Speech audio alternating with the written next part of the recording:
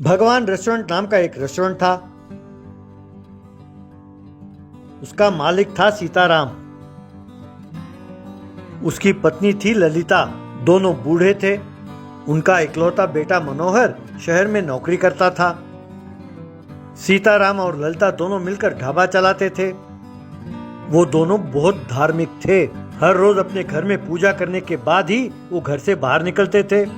उनके घर के पास 2 बैल थे। वे दोनों उन दोनों बैलों का बड़े अच्छी तरह देखभाल करते थे। अगर कोई सीताराम से पूछता ऐसा क्यों कर रहे हो, तो वो कहता, भाई एक कसाई इन दोनों बैलों को ले जा रहा था काटने के लिए, हम उससे ये ले आए। तब से ये दोनों बैल हमारे पास ही रहते हैं और घर के एक सदस्य बन गए हैं। ललिता: जी हाँ, ये कहकर कि ये दोनों निकम्मे हैं, कोई काम नहीं करते। कसाई इन्हें काट कर बेचना चाहता था, निर्दयी कहीं का। हमें दया आ गई और हमने खरीद लिया। कभी कभी दोनों उस बैलगाड़ी में सैर करते थे। उनके पास जो काम करते थे उनके साथ बहुत अच्छा बर्ताव करते थे। अगर उन्हें कोई तकलीफ होती तो ये पैसे देकर मदद करते।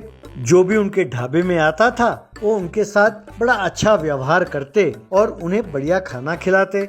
सीताराम पैसों का लालची नहीं था। वो घर और ढाबे के अलावा उसका और कोई संपत्ति भी नहीं था। शहर में जो सीताराम का बेटा मनोहर रहता था, ऐसा कोई लत नहीं था जो उसे नहीं था। वो हर रोज शराब पीता था, लड़कियों के पीछे घूमता था और अपनी पत्नी को मारता था। पैसों के लिए उसने बहुत उधार कर रखे थे। कर्जदार उनके घर आकर पैसों के लिए हमेशा झगड़ते रहते थे। ये देखकर उसकी पत्नी बहुत दुखी रहती थी। एक दिन मुन्ना भाई नाम का एक गुंडा उनके घर आया और मनोहर की तरफ बंदूक तानकर, अरे कमीने, तूने कहा था 3 महीने में उधार चुकाएगा और मुझसे कर्ज लिया था, और जब मेरे आदमी पैसे मांगने आते तुम उन्हें टरकाते रहते हो। तुम मुझे नहीं जानते। चुपचाप जाकर मेरे 50 लाख रुपए लाकर दो। जब तक तुम पैसे नहीं लाते हम तुम्हारे घर पर ही डेरा डालेंगे। अगर तुम नहीं लौटे तो जानते हो ना, भाभी जी और बच्चे समझ गए? अब जाओ जाओ। तब मनोज समझ नहीं पाया कि वो क्या करे। तब उसे एक उपाय सूझा। वो सीधा गाड़ी लेकर अपने पिताजी के पास गया।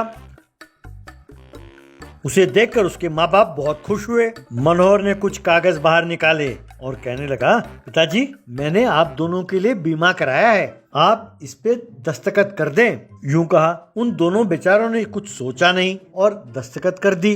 वो नहीं जानते थे कि उन कागजातों पर यह लिखा था कि वो अपना घर और ढाबा अपने बेटे के नाम कर रहे हैं।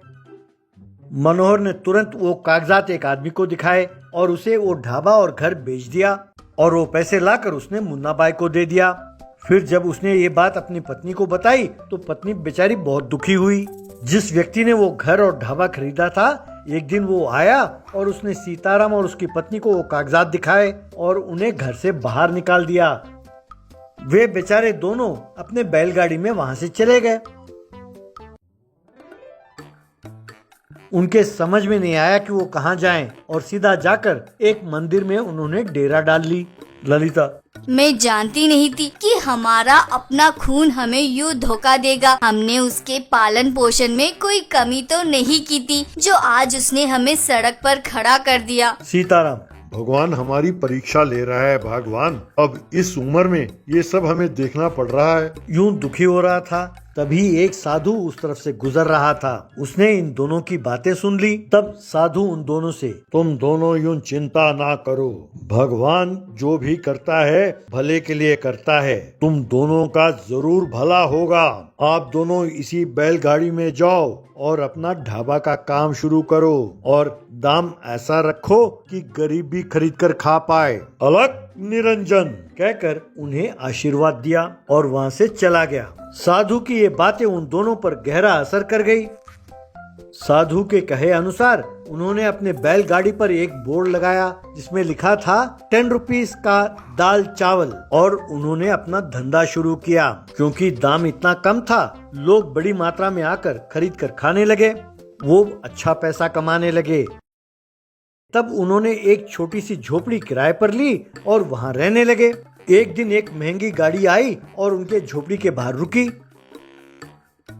उस गाड़ी में से एक व्यक्ति उतरा जिसने सूट बूट पहन रखा था। वो कहने लगा, भाई मुझे बहुत भूख लगी है, लेकिन यहाँ आसपास कोई ढाबा भी नहीं है। जरा एक प्लेट दाल चावल तो देना भैया।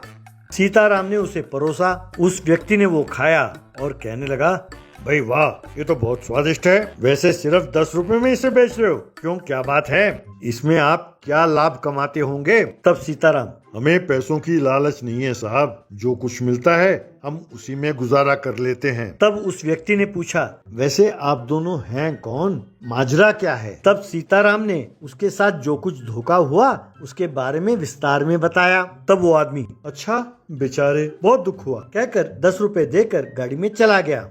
कुछ दिनों बाद उस गांव का एसआई सीताराम के पास आया और उसके घर के कागजात उसे सौंपा और कहने लगा, आपके घर और ढाबे पर जिस आदमी ने कब्जा किया था, हमने उसे भगा दिया है और उससे छुड़ा लिया है। ये लीजिए कागजात, कहकर दिया। ये सुनकर दोनों हैरान रह गए। तब ललिता, एसआई साहब, क्या आप सच कह रहे हैं? पर ये हुआ कैसे? तब एसआई, सुना है कि कुछ दिन पहले कलेक्टर जी यहाँ आए थे और गाड़ी से उतरे और आपने उन्हें जो कुछ बताया उसे याद रखा और फिर तफ्तीश की। तब आपकी बहू ने जो कुछ हुआ सब बताया। तब सारी बात बाहर निकली और आपके साथ जो धोखा हुआ उसके बारे में पता चला। तब कलेक्टर साहब ने हमें कहा कि तुरंत हम एक्शन लें। अब आप निश्चिंत होकर अपने घर में रह सकते हैं और अपना ढाबा चला सकते हैं, कहकर चला गया।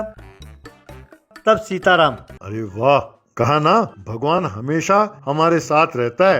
लगता है उस दिन गाड़ी में सूट बूट पहनकर साक्षात भगवान कलेक्टर के रूप में आए। इंसानों ने हमें धोखा दिया था, लेकिन ये 2 बेजुबान जानवर हमारे मुसीबतों में भी हमारे साथ दिया, कहकर दोनों उन बैलों को पुचकारने लगे और ढाबा फिर से चलने लगा।